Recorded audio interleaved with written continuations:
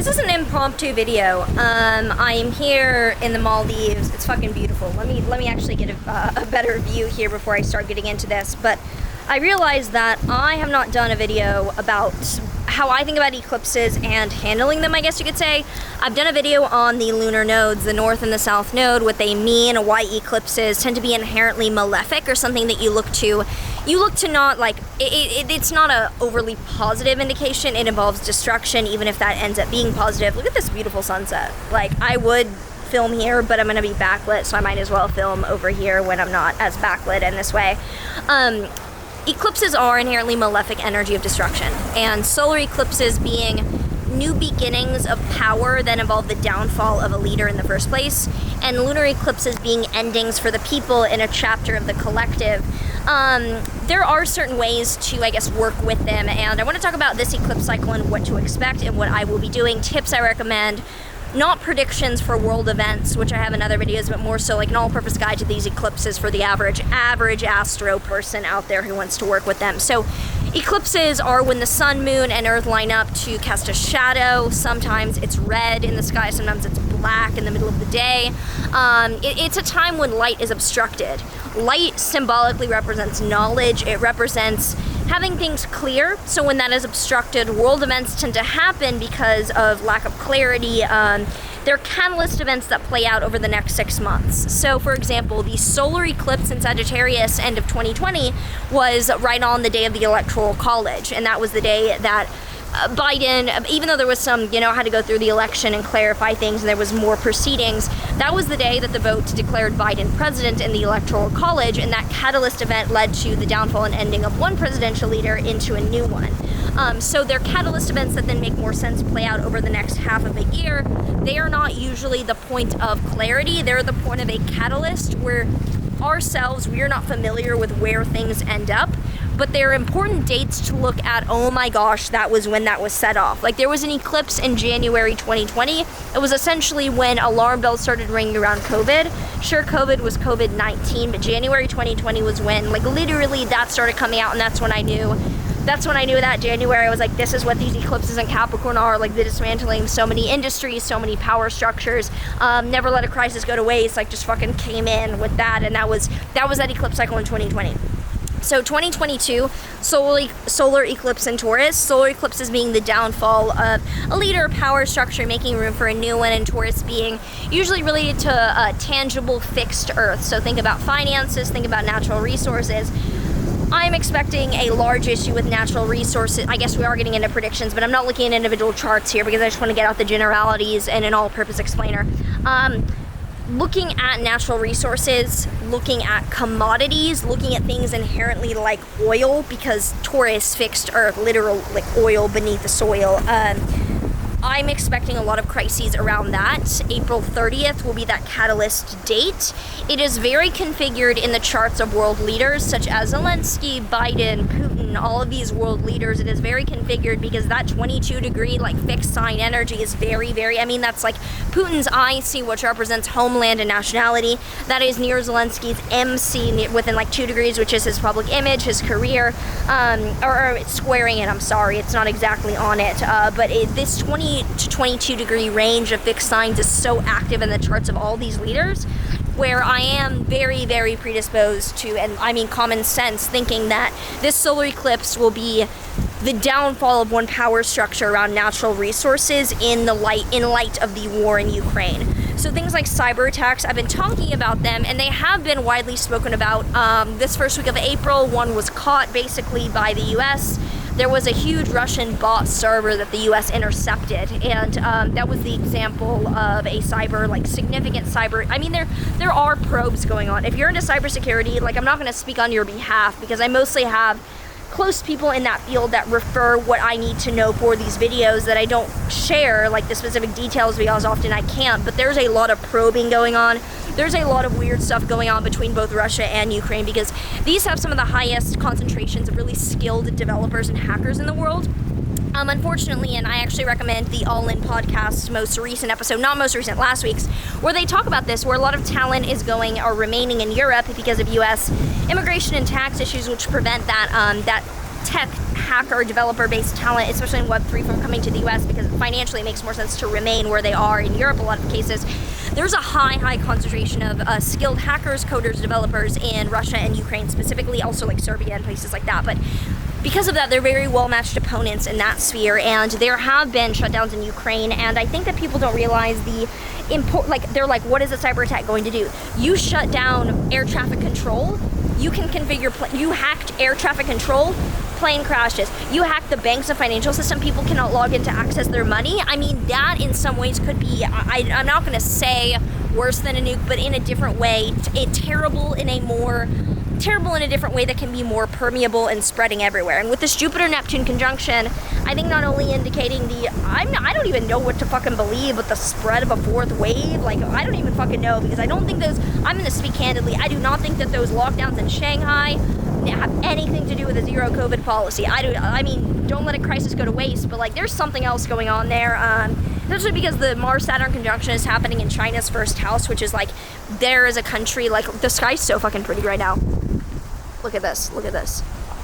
Video is all over the place, but this is basically my preparations for the solar eclipse and then lunar eclipse. I'm going to get into that too, where things going on right now will come to a head around cyber, around world resource, around financial matters. That date, April 30th, for the solar eclipse in Taurus, just fucking watch it for a catalyst event that really erupts the natural resources and things that we take as the foundations of our life. Oil, commodities, food. I'm not going to be the person to tell you to buy food and put it in your pantry for non-perishables. I think most of the time those things are BS. Like, please, when do people actually pull out their survival food things? Like, most people will get access to food even if there's a shortage, which will happen because Ukraine is the biggest wheat supporter for several Middle Eastern countries. Having, like, I think it's for Egypt, it's either 60 or 80%. You can fact check me on that. Like, literally, Ukraine produces so much of the Middle East, and Israel, Egypt, all that area is wheat. Look at that. Look at Russia also produces a lot of countries in that for that. That will take a toll over months. Some sanctions don't even go into effect for natural resources like oil or food until August, like Germany and oil. So there will be a delay on this, but look for the solar eclipse. April 30th for the catalyst event around natural resources that is destabilizing to a rulership or regime. I'm looking around at charts and trying to specify what that will be a little bit more. I am not making the prediction that will be the fall of Putin on that day. I absolutely do not make that prediction because I don't think it's configured in a way in his chart that indicates he himself is going to be like taken down, taken out. That can happen. That can happen on solar eclipses. There can be assassinations. Look at world history. Look at the omens. I don't think that makes sense here. I don't think it makes sense. I'm looking though. I'm looking at the charts trying to back test that because often it is the downfall of a leader. For example, I was born a day after a solar eclipse essentially. That day that I was born was the literal Monica Lewinsky like scandal trial, whatever the hell happened with Bill Clinton. Like, I know he didn't get impeached or whatever, but I was born under the Monica Lewinsky scandal, which was happening very actively in Bill Clinton's chart. That was essentially his fuck-over downfall. It doesn't have to be a literal death. So I'm looking at that, I'm researching, backtesting. I've intentionally not made any claims, but I don't think it makes sense to be like, people asking, is it going to be the downfall of Putin? I don't see that. I'm going to do more backtesting, but I really don't see that right now. I also don't see it being the downfall of Zelensky, in case you're asking. Like, it's not configured in his chart in a way where I am seeing that as well, even though I do see it being in his 12th house of behind-the-scenes betrayal or hidden enemies. So I think things will come to light around an internal betrayal with him or someone that there is more behind-the-scenes going on, and you don't have to be a conspiracy theorist in a pejorative sense to think that, just because the gravity of what's happening, I mean, like, there's a lot of missing pieces, and even the explanations of geopolitical things, like, there's more going on behind the scenes than we fully understand. Yeah, I don't, like, you can say fucking obviously, but there are things coming out. Then on the 15th, or I want to say between the 30th and the 15th will be the Dragon's Portal, whatever it's called, the 2 weeks between eclipses. I think it's called the Dragon Hole, the Dragon Portal. I have a dragon tattooed on me as a result because I was technically born in that because I was born right after a solar eclipse. It tends to be a surreal 2 weeks where it's almost the 2 weeks between like Christmas and New Year's or whatever, the days. I'm sorry, my math is off. Where it's a little weird, time doesn't seem to exist. You feel just kind of like every day is the same but also different and you're not quite sure where you are on Earth. You tend to feel that way. It's like you've had this like hit of turbulence after the solar eclipse and you're waiting for that lunar eclipse and you're like shaky and you're just waiting. So in that waiting period, things tend to be surreal. People tend to have digestive and sleep issues. It is all fucking weird and strange. And as a result, the world tends to be unreliable, tends to be up in the air of like, whoa, whoa, whoa. The reactions to things tend to be muted, but also no one is reacting very highly to anything. It's a muted, subdued dream period. And manifestations don't tend to work very well during that period because it's like we're all waiting for the energy vortex sucking of the next eclipse, which is on May 15th. Now, this eclipse is a total lunar eclipse in Scorpio. The South Node being in Scorpio has to do with a letting go of secrets, a letting go of fixed water, which is the most intense emotional things that we're holding close to our chest. It is very much a whistleblower placement for these eclipses, and that word is overused in my opinion. Letting out that, like, I don't know, someone committed like some minor atrocity, minor harm, minor felony or something doesn't make you a fucking whistleblower. So I'm careful with the way that I use that. But I have a whole video on like when this has happened in the past. In the past, sex scandals have come out. Scorpio does not equal sex, but with the Mars rulership of Scorpio being activated right now, and Mars often being like physical action or aggression, sex scandals often come out. The motives behind sex scandals often come out with the South Node in Scorpio. So that could happen unrelated to the war in Ukraine. Honestly, I want to look more at that. Maybe someone's fifth house that is Scorpio could be an eclipse there if it's highly configured. I'm going to take a look at that.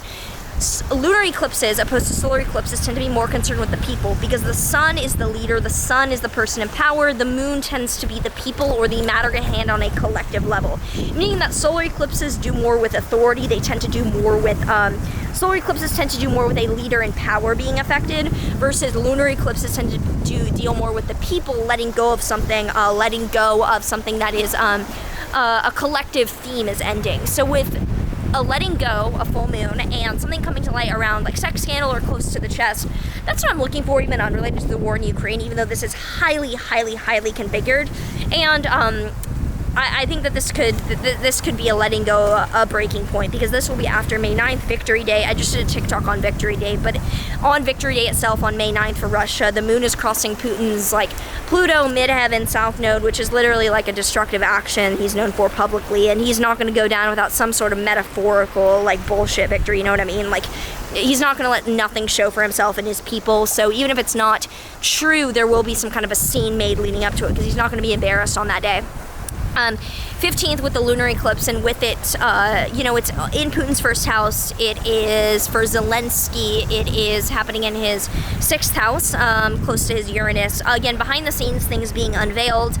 Not the video that I'm going to do going too deep into this, because I'm going to do a more intense video, obviously, as we lead up, even though there will be a video coming out on this. But expect a release of themes for the collective around the 15th. Like, truth comes out that you or me is going to hear about in the news and be like, oh my god, my thoughts about that totally changed now that the truth is out. I need to pull up Hunter Biden's chart, frankly. That's someone else I think could be implicated just during this time, given the news and all that. No judgments. Again, when I literally any politician I'm doing, I'm saying textbook delineations. It does not fucking matter what I think or anything around that. So I hate it when people are like, you're pro-Putin because you're saying that he's having something positive happen for him. I'm like, absolutely fucking not. Shut the hell. Go to whatever. But I'm not pro any politician, frankly. Like, I couldn't be. I'm literally, yeah, whatever. With that being said, I do not recommend manifesting around eclipses. The energy is very much a tidal wave that if you try to fucking, I don't know, like sail above it, you'll just get wiped out. So it's kind of futile. I think of it less as inherently harmful and more as, do you want it to blow up in your face? Kind of like a jinx. Is that what it's called? Where it's like a jinx or protection spell where it bounces back? I don't know what it's called. I don't do spell work. But that's the kind of energy with an eclipse. It's like, do you want to contribute to the tidal wave? Because it's just going to absorb your energy and throw it up back at you. So it's not inherently bad, but it's destabilizing. And this solar eclipse on the 30th is conjunct Uranus, and Uranus is like the rebel destabilizer anyway. So like, do you really want to manifest around that, or do you want to like prepare yourself to ride that wave? Because that's what I'm doing with it. Close to my IC, opposite my midheaven, and I'm like, oh boy, like whatever's happening for me. Another, I don't know, maybe I'll get canceled for like being in the Maldives or something. I don't fucking know. Something I don't even understand with it. The lunar eclipse actually looks worse for me around that, but we'll see. Might be the ending of something in my career that, thinking about a lot of things that are just weighing on my shoulders, my career, since it's near my midheaven and what I really want to specialize in. Beautiful colors here. Look how beautiful this is. I hate that it's blurring in the background of this video, because I'm just going to get this like fucking up today. But we still have substantial time left before the eclipse. But Pluto goes retrograde right before, and then like Mercury goes retrograde after all this. Like, it's an intense time. So as always, I don't speak for anyone. If you want to fucking go out and like manifest or whatever, be my guest. I welcome you, small fish in big ponds. But I myself will be trying to prepare. I'm going to be working on these predictions in a way to write out this energy, be like, okay, these things are happening. But yeah, look at natural resources, commodity, could be a good commodities crash to short, frankly, natural resources. Or I guess commodities crash, like, we'll see. Could be, there could be some commodities that are gonna, like, obviously pump. I mean, nickel pumps, like, when arms, so there could be different instances. I'm not gonna get into that, but I hope that this helps clarify. Eclipses, the energy, how they are collective events, even though solar eclipse is often the downfall of a leader, lunar eclipse is often the ending of a chapter in the collective. If you have any questions, let me know down below. My camera's going to die soon. I hope I have a thumbnail shot. Let me get a thumbnail shot really quickly. Shit, the wind. Can I not? This is literally how I do it when I'm doing it for my editor. The first 5 seconds is always me doing this. There we go. That was a thumbnail shot. I'm just gonna fucking keep it in. So, very happy here in the Maldives for now, and I will see you in the next one.